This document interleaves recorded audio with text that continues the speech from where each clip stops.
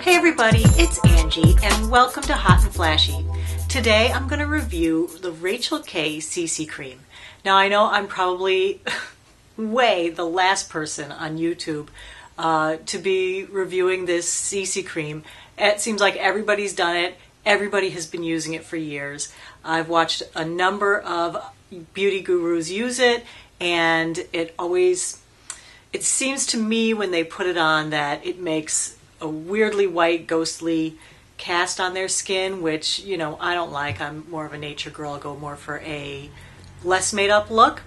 But nevertheless, I was curious because I had tried a number of the American BB creams, which were basically sort of either tinted moisturizers or foundations with a little bit of skincare added. And so a lot of people had written in and said, oh, you have to try the Asian BB creams. They're fantastic. They're a completely different animal. You've got to try it. So I was kind of curious about them. And I had been emailing back and forth with Jan at Catalina031 about some other things, and she happened to mention that she had a tube of Rachel K CC Cream that she was not terribly enamored with, and was I interested in trying it. So if you don't watch Jan, Jan is a mature woman like myself who posts YouTube videos, and like I said, her channel is Catalina031, and I'll list her link below. So thank you, Jan, for sending me the Rachel K CC Cream. All right, now the Rachel K CC Cream comes in two colors of packaging. One is pink and one is black. And from what I understand on the website, the pink one is for people with more yellowish and olive undertones, and the black one is more for neutral or pink undertones. So I'm glad that Jan had the black one, and because that's the one that I would have bought if I was buying it. And this retails for $39. For me, searching for a BB cream or a tinted moisturizer, I am looking for something sort of sheer for a no makeup day look that I could just easily put on my skin, put just, you know, a little bit of powder over the top just to set it, and then go about my day. So for sort of a no makeup look. And other people that I've seen on YouTube who apply this, they get a really opaque, you know, coating with it. I have yet to be able to do that. For me, this comes out very sheer. So on the Rachel K site, there's a nice little video of Rachel K herself applying the creams. And here's what she says to do, is that you take, as usual, a pea-size amount. You just dab it on your face, and then she says not to rub it, but to just kind of pat it around. And she actually puts on just these tiny little blobs of it like that, and that's all she uses. Of course, my pea-size amount I guess was much bigger, so I have a lot more. So I'm just going to start dabbing it around all over. Like many YouTube people do, I was rubbing it on. And when I rubbed it, I have to say it's fairly thick, and so when I was rubbing it, my skin is so fragile because of all of the anti-aging products that I use. I am using glycolic cream, which causes my skin to peel. I'm using Retin-A, and I'm also using a vitamin C serum. So some days my skin is very peely, and any rubbing at all like makes the surface layer kind of slough off, and I end up with these big sluffy balls of skin instead of a makeup application, which is kind of annoying. But at my age, if you're going to use those anti-aging products, that is just one of the side effects of using them. All right, so I have it all patted in, and then on the website it says to wait a minute or two to let it set up.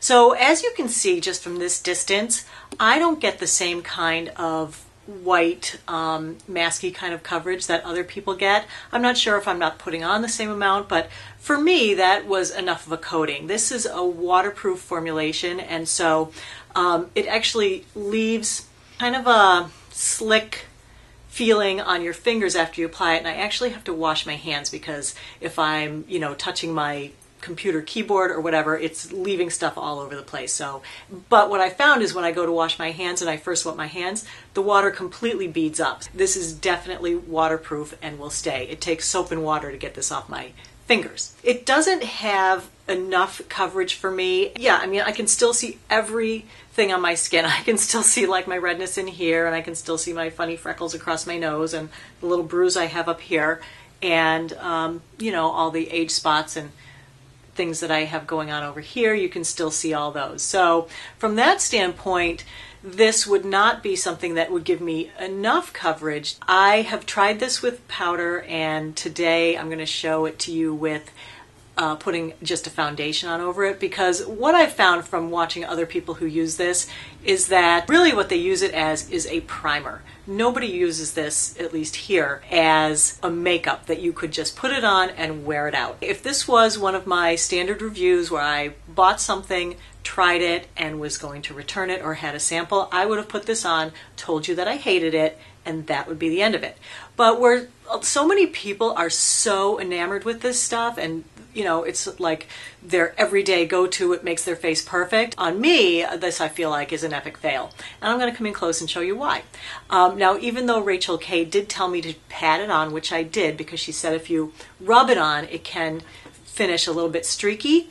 This is not streaky, but it's very blotchy.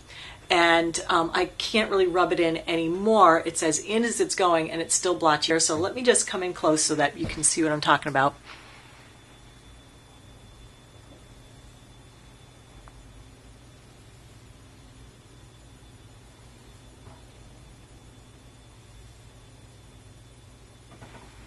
And I find especially right up here between my eyes, it sits on my little bit of facial fur that I have up there and is streaky and strange. Since people say that it makes such a great primer, I'm going to give it a try as a primer. But first, let me tell you about what this contains and what it says it's supposed to do for you. Now, being a BB cream and an Asian BB cream, this is supposed to be a substitute for most of your morning skincare routine.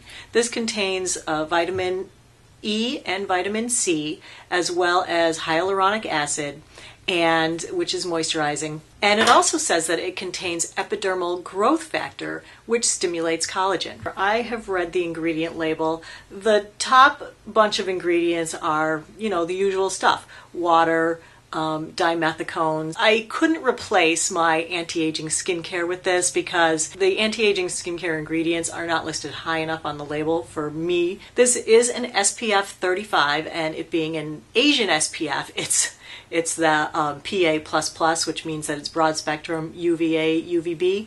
And 35 is fine, but that's not really a high enough SPF for me, especially during the summer months. I like to use a 70, 50 minimum. So 35 would not be cutting it for me either. And what else about this? It says that it's supposed to give you a beautiful, flawless finish, which clearly I don't have a flawless finish going from this.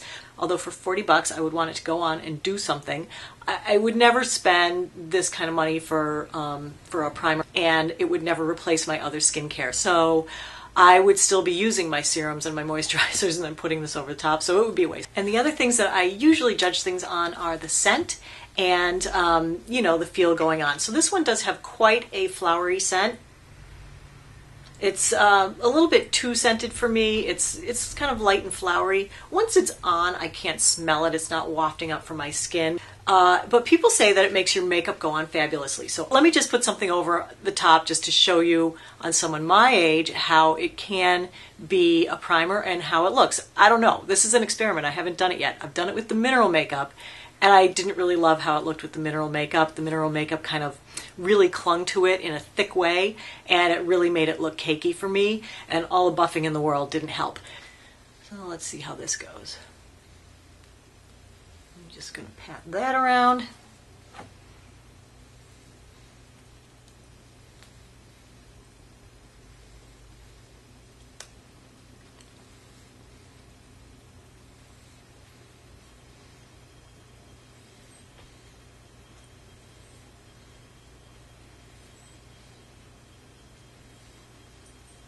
Oh my goodness. I just spent like 5 minutes off camera, so I checked it up close. I have to say, Rachel K CC Cream, you made this makeup go on even worse. Every place that it was stuck in my pores and smeary, that's how it attracted the foundation. So again, let me come in close and show you. Like a funky spot on my nose there. And then check out the cheek, how it's like not blending with my skin. I think especially around my mouth and chin, it looks particularly awful.